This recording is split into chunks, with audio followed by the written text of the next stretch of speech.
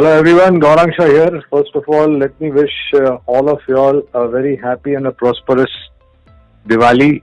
Hope the years to come will bring in colorful lights of cheer, good health and happiness. And along with that, as always, I have been advising you all, invest wisely, invest for long term and book profits whenever you have your targets. So wish you, your family and everyone good health, wealth and prosperity and a very happy Diwali to all of you.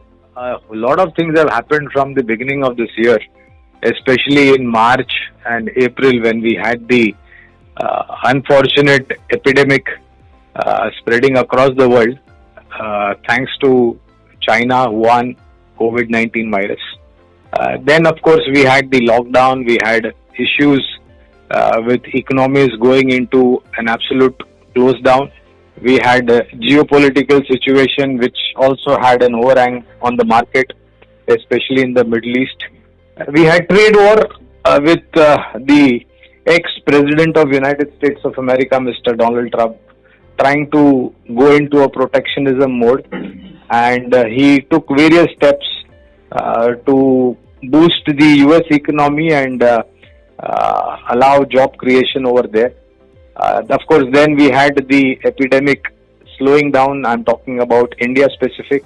In Europe, we have the lockdowns again coming into effect because they took some steps much earlier than later, and this is what it has to possibly face.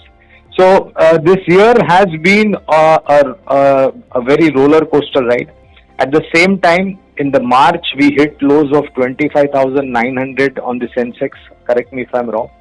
Somewhere close to about 7,500. Again, correct me if I'm wrong on the Nifty spot. End of March, beginning of April, I'm talking about. And from those levels, in the matter of 6 months, not only we have recovered the markets that we had lost, but we have also made an all-time high, lifetime high on the indices and certain stocks. So this again goes to prove what I have been saying earlier, that investing in equity market wisely, if you are investing directly, or if you do not understand the market, use mutual fund route. SIPs is the best way to invest. And I think if you would have done that over the last 6 months, you would have been in the money or even earlier. So this once again goes to prove that as an asset class, equity has always created wealth. We will go through up and down. There is no single asset class in the world which will give you a continuous move on the top. It has to go through volatility, ups and downs. But once again, history has proven that equity as an asset class has created wealth, and it is here to stay. And if you have not invested earlier, please start investing into equity market. Either directly if you understand, or please use mutual fund SIP route, specifically large cap funds if you don't want to venture out into mid cap or small cap. In this epidemic that unfolded, one good thing happened for India was the lower crude oil prices, because we are the net importers. Almost 75% plus we import our energy requirement in form of crude oil, and then byproducts of petrol, diesel, LPG, kerosene. So lower crude oil prices, a much stable rupee against the dollar, that also helped. So these were the two basic important factors. For your question as to where do I expect the markets by the next 1 year, if you will, next Diwali, my sense is that we may be closer to 14,500 or 15,000 on the Nifty spot, subject to provided we don't have any uncertainty unfolding in form of geopolitical or any other kind of an event which may spook the markets globally and locally as well. On the earnings front, we have recovered much faster if you have to just reflect upon the first quarter and the second quarter, and of course the commentary or the verbatim that the corporate India has to share with us. They are very optimistic that the third and the fourth quarter for this financial year is going to be even better, and with government support in terms of policy decision changes, etc., lower interest rates, lower inflation, I think the next financial year is going to even much more better. Again, it is not going to be that you touch anything in the equity market and it will turn into gold. You have to be very specific. You have to understand. You have to read. You have to educate yourself with respect to investing into equity market. And foremost, the most important thing, investing into equity market comes with high risk, but along with high risk comes high return. And like I said, history has proven if you choose stock wisely, they have always given the best returns that you always want. One is, of course, as an economy, we are dependent on monsoon. So luckily, for the grace of the rain gods, we've had almost 3-4 years of good monsoon. This year also, it was a fantastic, and the agri output is going to be at a record level. Support of the government to the agri sector is also turning out. So monsoon should be good. If not, then as an economy, we take a step back. Secondly, any global event in form of geopolitical issue which we cannot foresee. It is unfortunate if something like that happens. And the third one is aggression by our neighbors. Unfortunately, we have China on one shoulder and Pakistan on the other shoulder, and we are still holding our head high.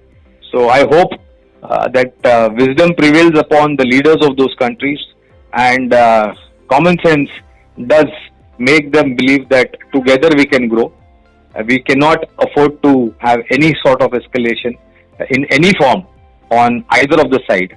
But even if eventuality comes, then I think our government and our forces is well capable. But I hope nothing like that happens. So these are the three basic factors that it can possibly spook the markets.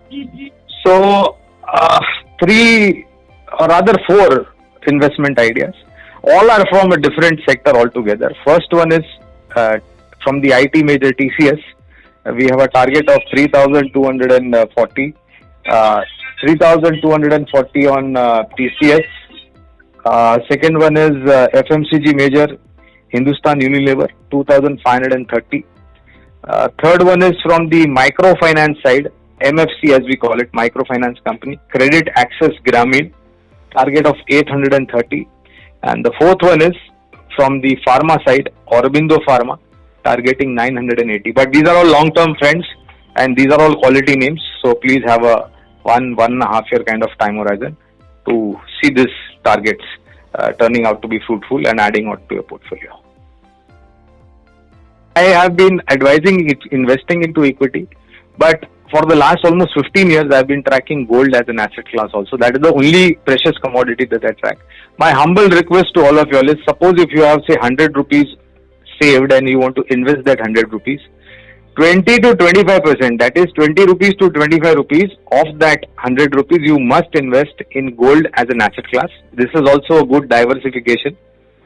My view is that if you don't want to invest directly into physical gold, government sovereign bonds are available, gold ETFs are available, lot of other products are available. So please invest. Don't invest all your money into equity, because diversification is also an art. It is also an understanding of how to invest your money into different asset classes, so your risk gets diversified. But these two asset classes, I think you should invest. Gold, despite the fact that after that Pfizer and BioNTech announcement of that vaccine, gold prices corrected quite sharply globally and locally. I think it's a great opportunity, and do an SIP in gold also. ETFs you can choose. You can choose sovereign bonds, or you can choose variable sizes of trades that are available on commodity exchanges. That will add to your value. And my view is that uncertainties will always make flight to safety as far as global investment is concerned, and gold comes on the topmost priority over there.